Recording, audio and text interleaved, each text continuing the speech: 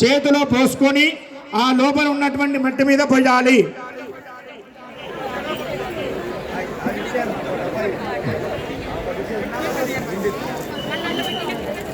ఆమెని కూర్చొని అన్ని సర్వం ఆమెనే చేయించేసేయండి, వదిలేసేయండి. అలాగే ఆవు పంచకం కూడా ఉంటుంది. చెప్తున్నా ఆవు పంచకం కూడా ఉంటుంది. ఆవు పంచకం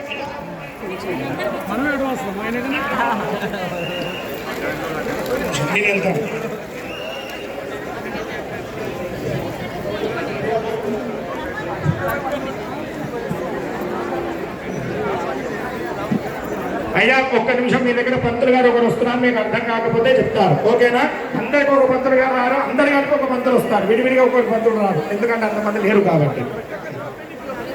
వెళ్తున్నారు, ఆల్రెడీ వెళ్తున్నారు. అయ్యా ఫస్ట్ గంగాజలం తీసుకోండి, ఆ హోమగుండంలో చిలకరించండి. తర్వాత ఆవు పంచకం తీసుకోండి, ఆవు పంచకం కూడా హోమగుండంలో చిలకరించండి. ఓం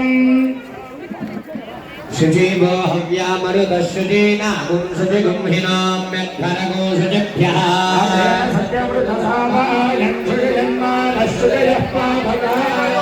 శుచో వ్రతమశ్యుతిర్విప్రశ్యుతిః కవిః శుచయస్తవ శుక్రాభ్రాజంత ఈరతే మిత్రమస్తవ ఆమశుద్ధం శుద్ధేన